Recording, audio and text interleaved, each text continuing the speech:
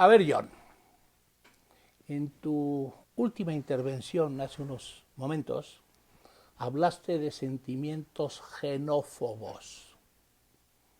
Y esto me toca las cuerdas sensibles porque es mi visión del presidente recién electo en los Estados Unidos de Norteamérica, Donald Trump. Cuéntame en tu visión de periodista, de hombre ilustrado, ¿cómo ves este fenómeno de Trump? Pues yo te digo, como en el País Vasco se ha visto, se ha vivido con sorpresa. De hecho, la mañana en la que me desperté después de las elecciones tuve que hacer así para ver si estaba viendo realmente lo que había sucedido porque no me lo terminaba de creer. Yo pensaba que bueno, Hillary iba a salir victoriosa. Pero bueno, pues como hemos hablado antes, estamos en un momento en el que la gente parece estar decantándose por opciones que consideramos que no son las más políticamente correctas o las más loables, ¿no? Estados Unidos es un país que está sufriendo una crisis también muy fuerte y las personas están votando en pro de la seguridad. Estamos viendo cómo, de hecho, se divide la sociedad en dos grandes bloques. Los antiguos clivajes ideológicos dejan de tener ya cabida y se constituyen nuevos. En particular, tiene que ver, parece, con la edad y tiene que ver también con la adaptación que tiene la gente a las nuevas sociedades, ¿no? La multiculturalidad, las nuevas tecnologías, esa capacidad de adaptación a esa nueva sociedad está generando una brecha social entre dos grupos que parecen no entenderse, unos tirando hacia una agenda de reformas en el sentido de hacerlo todo más en torno a la libertad y el otro grupo, el que no se adapta a esa nueva sociedad, se vuelve conservador, se quiere quedar como está. Entonces, bueno, eso es lo que estamos viendo no solamente en Estados Unidos, también lo hemos visto en Europa con el Brexit, ¿no? Con la salida del Reino Unido de la Unión Europea. Justamente a eso quería aludir. El Brexit, que es una amenaza latente, cuando menos leída así por algunos comentaristas europeos, tendrá un impacto tan severo en Europa como a mí Estamos me parece que sería el impacto que tendría si Donald Trump retira a los Estados Unidos del Tratado de Libre Comercio. Claro, es que aquí se mezclan muchísimos intereses con los fundamentos, digamos, democráticos de la propia Europa. Si atendemos a la democracia como la toma de decisiones mediante el voto, pues vemos que lo que se ha decidido en Reino Unido es perfectamente democrático. Ahora bien, afecta a los intereses de millones de ciudadanos y ciudadanas de Europa. Entonces, ahora el debate va a estar ahí. ¿Qué clase de Brexit se va a producir? El debate está en si va a ser un soft Brexit o un hard Brexit, de los que se denominan así. Un soft Brexit significaría dar un nuevo encaje institucional al Reino Unido, cosa que por otra parte se ha ido produciendo a lo largo de los años siempre, porque el Reino Unido siempre ha conseguido un estatus especial dentro de la Unión Europea, no participando en el proyecto de integración, pero por otro lado la Unión Europea está apoyando que se produzca un verdadero Brexit duro, es decir, la desvinculación total del Reino Unido. Pero parece que eso no interesa a nadie porque tendría efectos bastante negativos sobre las economías y la política de muchos países. Y ahora, bueno, pues nos estamos moviendo en el terreno de lo desconocido porque están teniendo lugar precisamente ahora las negociaciones para ver cómo va a ser ese, ese encaje. La Unión Europea, por su parte, ha dicho que no va a permitir un nuevo encaje que no tenga en cuenta las cuatro libertades. El movimiento de personas, el movimiento de mercancías, que claro, que es lógico porque estamos hablando de que hay cientos de miles de ciudadanos y ciudadanas europeas dispersos en los diferentes países que, claro, saldrían perjudicados de repente con un cierre de las fronteras. Y no es compatible eso con el libre mercado. No podemos estar hablando de libre de mercancía, libre transacción de mercancías, pero no de personas. Eso atenta directamente contra el sentido de la Unión Europea. Ya, vale. Y yo te cuento que en primera instancia me parece que incluso es justificable que yo mire por mi país. Y te cuento que por azares del destino yo fui uno de los 6 negociadores del Tratado de Libre Comercio de México con América del Norte, es decir, con Canadá y con los Estados Unidos. Y fui también uno de los 6 negociadores mexicanos en el Tratado de Libre Comercio con los países de Mercosur y del Pacto Andino. Por encima de todo eso, hoy por hoy, el 72% de las exportaciones mexicanas tienen por destino el mercado norteamericano. De tal manera que si el irracional señor Trump decidiera retirar a los Estados Unidos del Tratado de Libre Comercio, por lo pronto viviremos una temporada de severos reveses.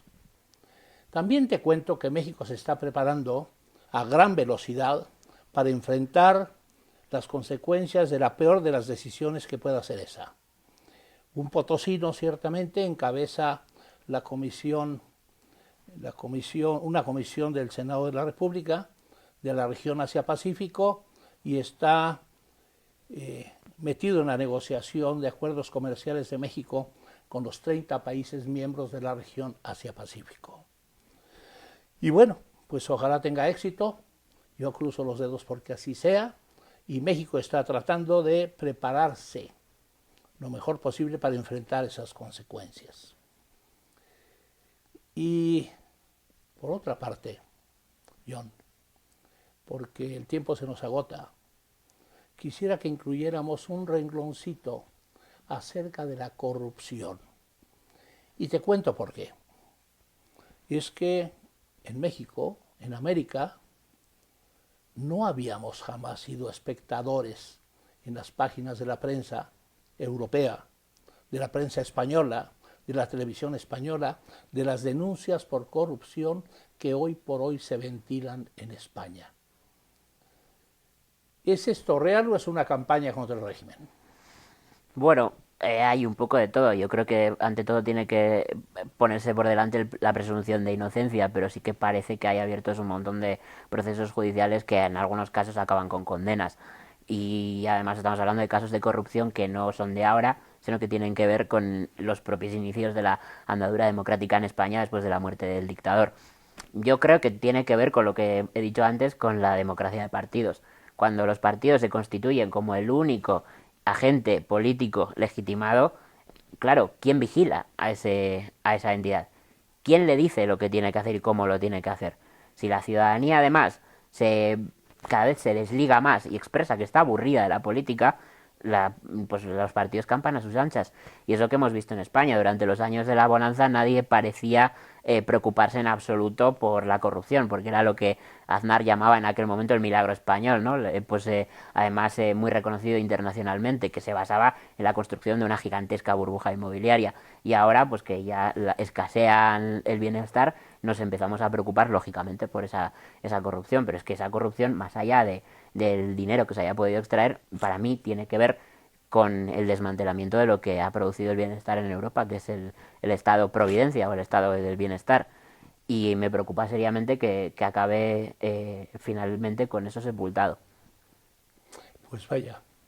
Pues mira, al final de la jornada me parece que el camino será construir más sociedad, para que una mayor sociedad haga menos necesario un mejor gobierno. Es decir, con la mayor sociedad el mejor gobierno estaría garantizado. Y yo soy un admirador de lo que ocurre en tu país, John, que es, bueno, el país de mis antepasados.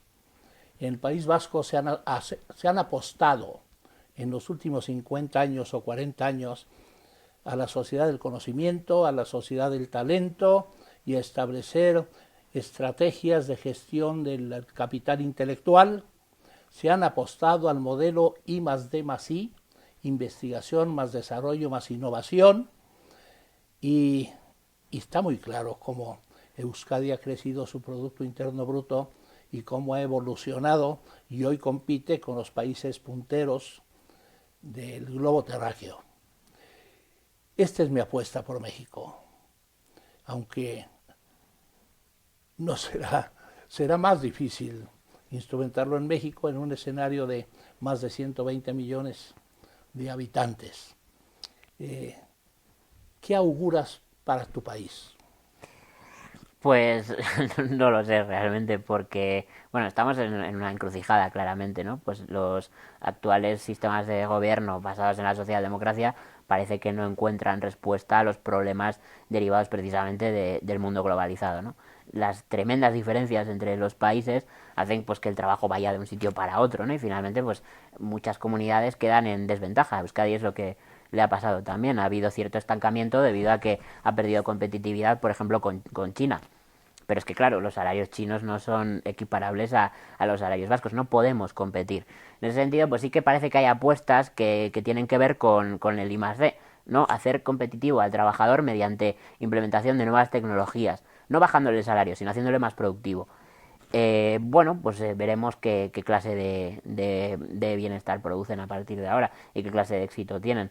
Pero yo espero que por lo menos el futuro vaya por una sociedad efectivamente más preocupada y una sociedad que, aunque esté temerosa, pues mire hacia adelante y tome decisiones. No que se quede en casa ni que las instituciones le produzcan un rechazo. Muy bien, pues mira, esto que dices, construir, educar, formar un trabajador más productivo, ¿cómo me acuerdo cuando España entró al Mercomún Europeo? Haber visto en Madrid cómo vaciaban los camiones cargados de patatas, de papas, afuera del Palacio de Oriente, porque las papas francesas entraban a España a un precio por debajo del costo de producción español. Y ocurría lo mismo con los quesos y etcétera. Pero bueno, aprendieron a ser competitivos, a ser más productivos, tanto en las papas como en los quesos, como en todo lo que hubiera lugar. Y ese fue el camino, la salida y la solución. Esto es lo que más anhelo yo para este país de todos mis amores y de todas mis desdichas. John, nuevamente, 1.000.000 de gracias por estar aquí. Por favor, no te canses de volver a México. Eso jamás. Porque me encantaría seguir aprovechando tu talento, tu experiencia, tu visión, tus principios y tus valores. Gracias, John. Gracias a ti. Bien, amigos, pues muchas gracias.